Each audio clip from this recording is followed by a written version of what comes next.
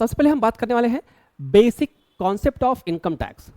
Basic concept of income tax, ठीक है। तो बेसिक कॉन्सेप्ट इनकम टैक्स से क्या क्या है? इनकम, ओनली फॉर इनकम, ठीक है। इनकम कौन कौन से सोर्सेज इनकम कहलाएगी, तभी तो वहां से टैक्स स्टार्ट होगा।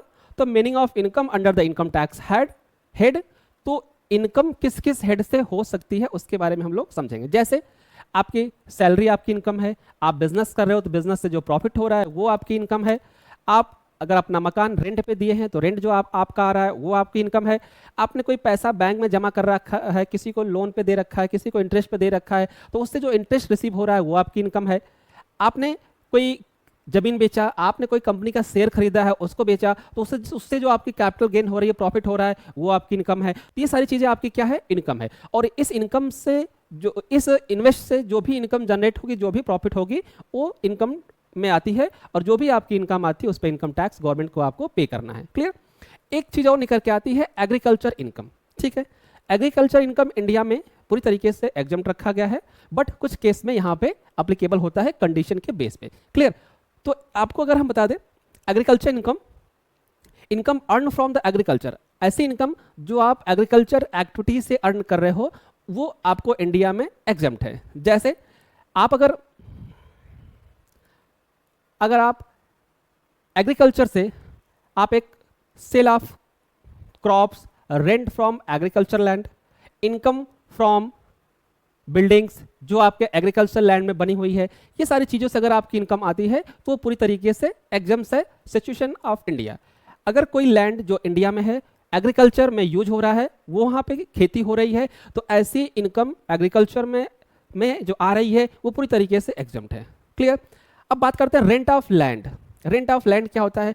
आपकी खेत की जमीन है जिस पे खेती होती है, फसल उगता है, उसको आपने पट्टे पे दे दिया है, बटाई पे दे दिया है, और उससे जो पैसा मिलता है वो क्या होती है? रेंटल इनकम कहलाती है, और वो पूरी तरीके से एग्जम्प्ट होता है। Income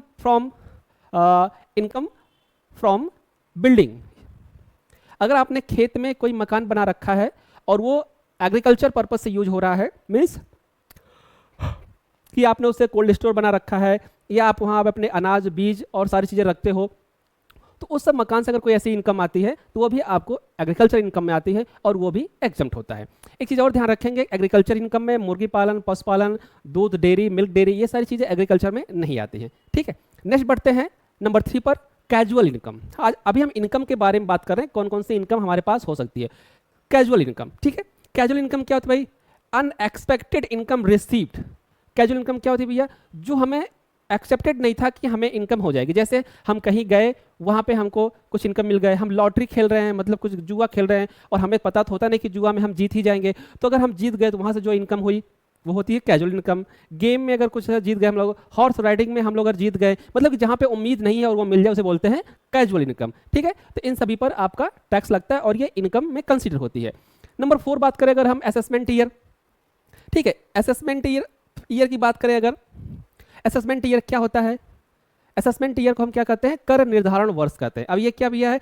year in which income is assessed and taxed पे।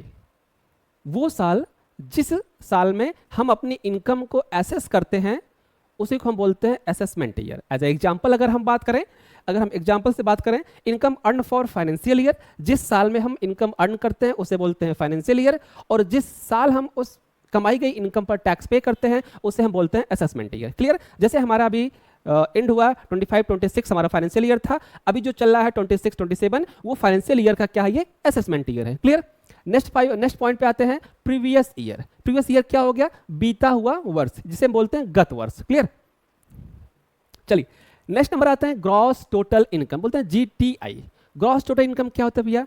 Total income under all 5 head before deduction.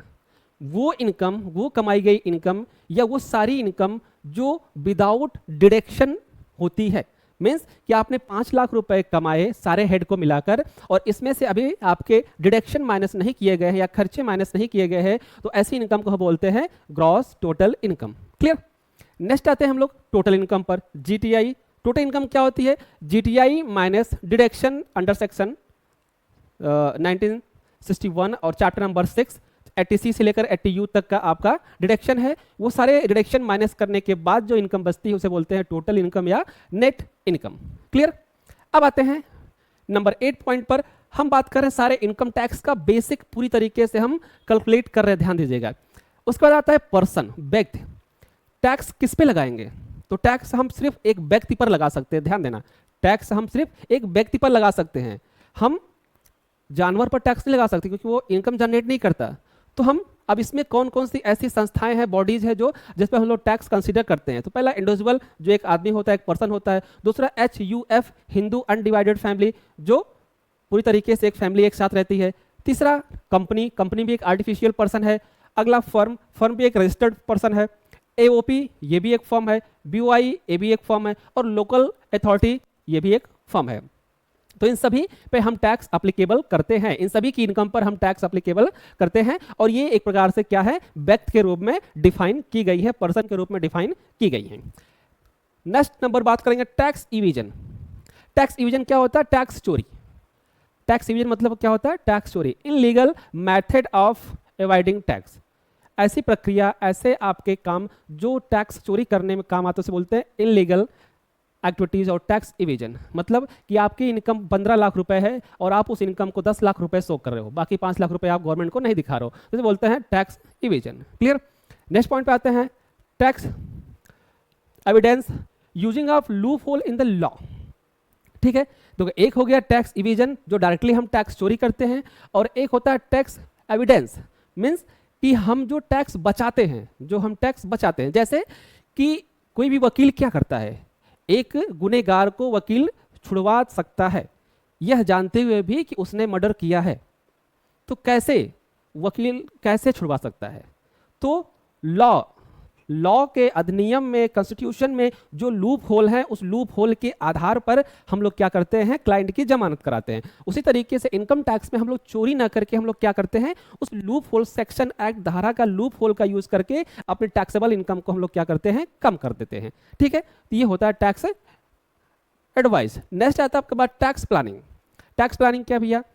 Legal arrangement to maximum tax, sorry minimum tax, legal arrangement to minimum tax means कि एक legal way में हम अपने tax को कम करने के लिए पहले से जो प्लानिंग करते हैं उसे बोलते हैं अरेंजमेंट। मीन्स हमको पता है कि हमारी टैक्स लायबिलिटी 15 लाख के ऊपर जा रही है, तो हम क्या करेंगे, जो लीगल तरीके से इनकम टैक्स एक्ट में दिया गया उसके तरीके से हम अपनी टैक्स प्लानिंग करेंगे, और टैक्स प्लानिंग के तहत हम एक अरेंजमेंट करेंगे कि हमारी टैक्स लायबिलिटी मिनिमम आए, कम से कम आए। क्लियर? नेक्स्ट पॉइंट है बेसिक चार्ज। बेसिक चार्ज क्या होता है? जो छोटे छोटे चार्ज अप्लीकेबल होते हैं। सेक्शन 4 इनकम टैक्स चार्ज, ठीक है, section 4 income tax charge on the total income, जो टोटल इनकम पे टैक्स लगता है। नेक्स्ट है scope of the total income, income taxable depending on the residential status. ध्यान दीजिएगा, जो टैक्स हम लगाते हैं, जो हम टैक्स लगाते हैं, वो टैक्स का कैलकुलेशन कहाँ से होता है? वो टैक्स का कैलकुलेशन होता है उस आदमी के रेजिडेंशियल स्टेटस के आधार पर। जिस व्यक्ति पर हम टैक्स लगाते हैं, जिसकी आय का हम असेसमेंट करते हैं, उसकी आय का असेसमेंट रेजिडेंशियल स्टेटस के आधार पर किया जाता है कि वह व्यक्ति इंडिया में रहा है या नहीं रहा है, वह निवासी है या निवासी नहीं है। अब निवासी के आधार पर आप नागरिकता की बात नहीं करेंगे, निवासी में नागरिकता का कोई मतलब नहीं है, सिटीजनशिप का कोई मतलब नहीं है। क्लियर? एक भारतीय भी अनिवासी हो सकता है और एक बाहर का व्यक्ति भी निवासी हो सकता है इनकम टैक्स के अंतर्गत। अब नेक्स्ट है रेजिडेंशियल स्टेटस। हमको पता कैसे चलेगा कि निवासी स्थिति, किसी व्यक्ति की निवासी स्थिति के बारे में हम कैसे पता करेंगे? ठीक है, समझिए, निवासी दो तरीके से मानते हैं, लेकिन अगर उसमें हम बाइफरकेट करते हैं तो वो 3 तरीके से निकल के आते हैं। पहला है NRI, ठीक है, रेजिडेंस एंड ऑर्डिनरी रेजिडेंस बोलते हैं ROR, residence but not ordinary बोलते हैं RNOR, और नॉन रेजिडेंस बोलते हैं NRI, जिसे बोलते हैं मतलब को है भारतीय बट रहता है अमेरिका में और कभी कभी आता है, इसे बोलते हैं NRI। क्लियर? तो NRI की इनकम पर टैक्स नहीं लगता है, अगर NRI जो पैसा यहाँ पे भेज रहा है उस पर टैक्स नहीं लगता है। क्लियर? चलिए नेक्स्ट बात करते हैं एग्जाम्प्ट इनकम पर। इनकम टैक्स में कौन कौन सी इनकम जो है वो एग्जाम्प्ट है। सबसे पहले बात करेंगे income tax not including the total income. ऐसी कौन सी इनकम जो टोटल इनकम में इंक्लूड नहीं होती? ध्यान देखना, जो भी इनकम टोटल में इंक्लूड होगी, मतलब आपकी इनकम में, आपकी आय में इंक्लूड होगी, वो टैक्सेबल होगी, और जो नहीं होगी वो टैक्सेबल नहीं होगी। जैसे एग्रीकल्चर इनकम आपके टोटल इनकम में नहीं आती है, क्रिएशन अलाउंस ये भी नहीं आता, और स्कॉलरशिप जो बच्चों को मिलती है वो भी नहीं आता है। अच्छा, एक क्वेश्चन यहाँ पे उठता है कि मान लीजिए किसी व्यक्ति को गवर्नमेंट ने सहायता दे दिया, बाढ़ पीड़ित हो गया, या उसके यहाँ आग लग गई है, या उसकी मृत्यु हो गई, एक्सीडेंटल हो गया, इंश्योरेंस मिल रहा, वृद्धा पेंशन है, ये सब क्या है, ये सब पे टैक्स नहीं लगता है। जो सहायता रूप गवर्नमेंट की तरफ से प्रोवाइड किया जाता है उस पर टैक्स नहीं लगता है। क्लियर? चलिए, हम जो बात कर रहे थे income tax act 1961 chapter number 6 deduction 80C से लेकर 80U तक का जो डिडक्शन है यहाँ पे हमें देखने को मिलता है। ये इंपॉर्टेंट सेक्शन है 80C, 80D, 80G, 80TTA, 80TTB। ये क्या भैया? ये है आपके deduction from the gross total income. ये डिडक्शन आपके ग्रॉस टोटल इनकम में ऐड होता है। 80C आप लोग समझते हैं लाइफ इंश्योरेंस बीमा, 80D आपका मेडिकल है, 80G आपका डोनेशन है, 80TTA आपका सेविंग इंटरेस्ट है, और 80TTA सीनियर सिटीजन का इंटरेस्ट है। ठीक है, तो ये आपका क्या है? डिडक्शन है। क्लियर? बेसिक कॉन्सेप्ट क्लियर हुआ? ये पूरा इनकम टैक्स का बेसिक इंट्रोडक्शन था। ये इनकम टैक्स में क्या चीजें होती हैं। ओके, चलिए हम लोग स्टार्ट करते हैं unit second. Unit second, head of income. हम बात करने वाले हैं हेड ऑफ इनकम की। Clear? Unit second income tax BCom 6 semester और head of income second unit. सबसे पहले हम बात करेंगे, सबसे पहला head income from salary. Income from salary, income from salary, salary का जो पार्ट है वो सेक्शन 15 to 17 के अंतर्गत आता है। 15 to 17 के अंतर्गत आपको सैलरी को देखने को मिलेगा। जैसे कभी कभी एग्जाम में या इंटरव्यू में पूछा जाता है कि सैलरी किस सेक्शन में आती है, तो सैलरी सेक्शन 17 में आती है। सैलरी किस में आती है? सेक्शन 17 में आती है। पेंशन किस में आती है? 17(1) में आती है। ग्रेजुटी किस में आती है? सेक्शन 17(2) में आती है। मतलब कि ये प्रकार से सैलरी का जो सेक्शन है वो सेक्शन 17 है। क्लियर? चलिए टॉपिक की बात करते हैं हम लोग। जो सैलरी की बात करते हैं, व्हाट इज सैलरी? तो बेसिक सैलरी, डीए, बोनस और कमीशन को मिलाकर क्या बनता है? सैलरी। अगर हम बात करें, सैलरी इक्वल बेसिक पे, डियरनेस अलाउंस, बोनस और कमीशन, इनको मिलाकर चारों को आपकी सैलरी बनती है, या कह सकते हैं कि इस इनकम को मिलाकर हम इसको सैलरी बोलते हैं। क्लियर? चलिए, उसके बाद आपका होता है एचआरए। एचआरए ये सारे ऐड होते हैं पर एक्चुअल में चीजें वहां पे है। तो ये आपका क्या है? अलाउंस है। ये आपका क्या है? भत्ता, अलाउंस। ठीक है, एचआरए, प्रोक्रेस्टी, provident fund, gratuity, pension, leave achievement, ये सारे उसी में आते हैं। ठीक है, चलिए हम बात करें income from house property, second income. Second income क्या है? फर्स्ट हो गया सैलरी, और सेकंड इनकम क्या है? Income from house property. ये हेड है। ये बात करता है सेक्शन 22 से लेकर 27 तक। इनकम फ्रॉम हाउस प्रॉपर्टी का सेक्शन क्या है? सेक्शन 2 से लेकर 27 तक। अब ये क्या है टॉपिक हमारी, इसमें क्या क्या आएगी? पहला एनुअल वैल्यू। एनुअल वैल्यू क्या होता है? जो साल भर में आपकी जो रेंटल इनकम ऐड होती है उसी बोलते हैं एनुअल वैल्यू। मतलब कि अगर आपकी 5,000 रुपए की रेंट आ रही है तो गुड़े 12, 12 पच्चे 60, ये 60,000 रुपए आपके क्या हो गई? एनुअल वैल्यू हो गई। क्लियर? अब बात करें self occupied home. Self occupied मतलब क्या होता है भैया? कि आप उसमें खुद के रह रहे हो, किसी को रेंट पे नहीं दिए हो। लेट आउट क्या होता है? रेंट, मतलब आपने मकान को क्या कर दिया है? रेंट पे उठा रखा है। म्युनिसिपल टैक्स क्या होता है? अगर आप नगर निगम में आपका मकान है, आवास विकास में है, एलडीए में है आपका मकान है, तो गवर्नमेंट क्या करती है? हाउस टैक्स रिसीव करती है। क्लियर? तो ये पे हाउस टैक्स पे किया जाता है। अगला है स्टैंडर्ड डिडक्शन।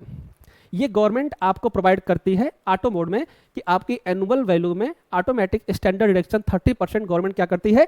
डिडक्शन प्रोवाइड करती है, छूट प्रोवाइड करती है 30% एनुअल वैल्यू का। किसका? एनुअल वैल्यू का 30%। ठीक है, interest on the housing loan, ये भी आपका क्या है? डिडक्शन है। अगर आपका मकान है और उस मकान पे लोन चल रहा है, परचेजिंग लोन या कंस्ट्रक्शन लोन, तो उस लोन का जो इंटरेस्ट होगा वो भी गवर्नमेंट क्या करती है? छूट प्रोवाइड करती है। क्लियर? चलिए नेक्स्ट इनकम में आ गया आपका profit and gain from business or profession, इसे बोलते हैं PGBP। क्लियर? ये सेक्शन है 28 से लेकर 44 तक। प्रोफेशन, सॉरी गलत, profit and gains from business and profession. Clear? इसमें है, और ये सेक्शन है 28 से लेकर 44 तक। क्लियर? इसमें क्या क्या चीजें हम लोग पढ़ते हैं? सबसे पहली बात करें अगर हम, तो ये बिजनेस इनकम होता है, एडमिनिस्ट्रेबल एक्सपेंस होता है, इन एडमिनिस्ट्रेबल एक्सपेंस होता है, डेप्रिसिएशन होता है, जीएसटी ट्रीटमेंट होता है, प्रिजम्पटिव टैक्सेशन होता है। इतनी सारी चीजें इसमें आपको देखने को मिलेंगी। नेक्स्ट हम बात करें कैपिटल गेन। कैपिटल गेन क्या होता है भैया? कि आपने कोई सामान बेचा, कोई एसेट बेचा जिससे प्रॉफिट हुआ, तो क्या होता है? कैपिटल गेन होता है। और कैपिटल गेन आपको 45 से लेकर 55 तक देखने को मिलता है। इसमें क्या क्या टॉपिक आपकी होती है कवर?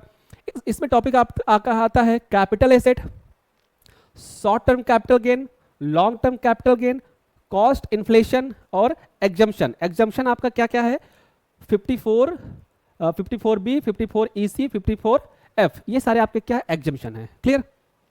नेक्स्ट हम बात करें इनकम फ्रॉम अदर सोर्सेज।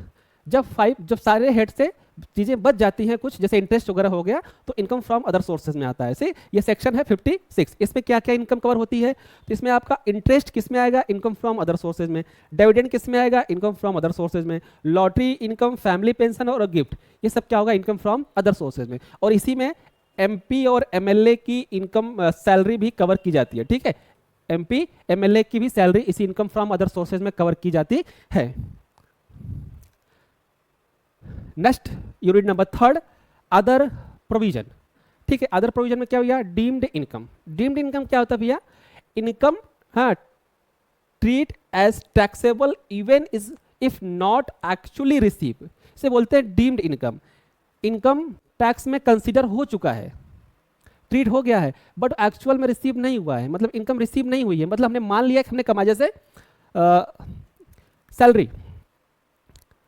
ठीक है, अब सैलरी हमने 1 महीने काम कर लिया, सैलरी मिली नहीं, बट हमें तो ये तो मानना है कि हमने सैलरी मिलनी चाहिए, बट मिली नहीं, रिसीव नहीं हुई, तो सैलरी नहीं मिली लेकिन कंसीडर हो गई, इसे बोलते हैं डीम्ड इनकम। ठीक है, अब उसमें क्या क्या आता है ये देखना है। पहला है अनएक्सप्लेन्ड कैश, जिसको हम एक्सप्लेन नहीं कर सकते। अनएक्सप्लेन्ड इन्वेस्टमेंट और अनएक्सप्लेन्ड एक्सपेंडिचर, ऐसे खर्चे जिसको हम एक्सप्लेन नहीं कर सकते, ऐसा कैश जिसको हम एक्सप्लेन नहीं कर सकते, या इन्वेस्टमेंट। ठीक है, रिलेवेंट सेक्शन इसमें क्या है, 68, 69, 69A, 69B, ये इसके क्या है, रिलेवेंट सेक्शन है। Clear. 69C aggression of the income, जिसे बोलते हैं क्लबिंग, ये अलग चीज है। ठीक है, अब इसमें क्या भैया कि income of another person added to tax payer income. Example minor child और स्कोप इनकम। अच्छा, माइनर चाइल्ड से एक बात हमको याद आई। माइनर चाइल्ड मतलब कि 18 साल से कम उम्र की, सबसे इंपॉर्टेंट चीज है ध्यान रखना, माइनर चाइल्ड 18 साल से कम के उम्र की बच्चे की इनकम पे क्या उसका टैक्स लगेगा। ध्यान देना, एक फैमिली में 2 बच्चे हैं और वो 18 वर्ष के नीचे हैं, लेकिन उनकी इनकम टैक्सेबल इनकम से ऊपर है, तो इस केस में क्या उनकी इनकम पर टैक्स लगेगा, तो ऑप्शन है यस। कंडीशन है, क्या है, कंडीशन क्या है, उसकी सारी इनकम में 1500 रुपए माइनस कर दिया जाएगा, उसकी सारी इनकम में 1500 रुपए माइनस कर दिया जाएगा, और जितनी भी इनकम बचेगी उसके फादर के इनकम में ऐड करके टैक्सेबल कर दिया जाएगा। बात समझ में आई। माइनर चाइल्ड जो अर्निंग है या अर्न कर रहा है, उसकी एज 18 साल से कम है और वो फैमिली में पैसा अर्न कर रहा है, पैसा कमा रहा है, तो इस केस में उसकी इनकम पर टैक्स लगेगा कंडीशन के हिसाब से। क्लियर। कंडीशन क्या है कि जितनी भी उसकी इनकम है, उस इनकम में एग्जाम्पशन क्राइटेरिया कितनी है, 1500 रुपए। 1500 रुपए माइनस करके बाकी जितनी इनकम बचेगी वो उसकी फादर की इनकम में ऐड कर दिया जाएगा, क्योंकि वो माइनर है, उसके बाद पैन कार्ड नहीं होगा और वो उसको टैक्सेबल नहीं कर सकते, तो इसलिए हम मान लेते हैं कि वो इनकम जो बची उसकी फादर की इनकम है, तो इसलिए उसकी इनकम को उसकी फादर की इनकम में ऐड कर टैक्सेबल कर दिया जाता है। ये चीज आप नोट करिएगा। सबसे इंपॉर्टेंट चीज, सबसे इंपॉर्टेंट फैक्टर आपको पता होना चाहिए, एडजस्टमेंट सबसे इंपॉर्टेंट। अगर आप बिजनेसमैन हैं, अगर आप एक प्रोफेशनल हैं, अगर आप एक अकाउंटेंट हैं, सबसे इंपॉर्टेंट चीज ये है set of and carry forward losses. आपके बिजनेस का लॉस, आपके प्रॉपर्टी का लॉस, आपके कैपिटल का लॉस, सिचुएशन लॉस, आप कितने साल तक उस लॉस को कैरी फॉरवर्ड कर सकते हैं, सबसे इंपॉर्टेंट चीज है। सबको नहीं पता होता है कि लॉस कैरी फॉरवर्ड कितने साल तक किया जा सकता है, तो ध्यान दीजिएगा, सबसे इंपॉर्टेंट चीज है। अगर आप हाउस प्रॉपर्टी लॉस की बात कर रहे हो, मतलब कि मकान के लॉस की बात कर रहे हो, तो आप 8 साल तक कैरी फॉरवर्ड कर सकते हो। बिजनेस लॉस की बात कर रहे हो तो 8 साल तक आप कैरी फॉरवर्ड कर सकते हो, और अगर स्प्लेशन उस लॉस ऐसा है तो वो 4 ईयर तक कर सकते हो, 4 साल तक कर सकते हो, और कैपिटल लॉस आपका 8 साल तक कर सकते हो। मींस अगर मिनिमम एवरेज बात करें तो आप अपने सभी लॉस को 8 साल तक कैरी फॉरवर्ड कर सकते हो। मींस कि अगर आपके फाइनेंशियल ईयर 25-26 में 2 लाख रुपए का बिजनेस लॉस में चल रहा है, तो उस लॉस को आप अगले साल कैरी फॉरवर्ड करोगे। कैरी फॉरवर्ड मींस कि अगर अगले साल भी आपका लॉस हुआ, अगले साल भी आपका लॉस हो गया, तो आप क्या करोगे, 2 लाख यहां लॉस हुआ था, 3 लाख इस साल लॉस हो गया तो 5 लाख, फिर वो 5 लाख कैरी फॉरवर्ड हो गया अगले फाइनेंशियल ईयर 28-29 में। तो इस तरीके से आप 8 साल तक अपने लॉस को कैरी फॉरवर्ड कर सकते हो। ये चीज आप नोट करिएगा।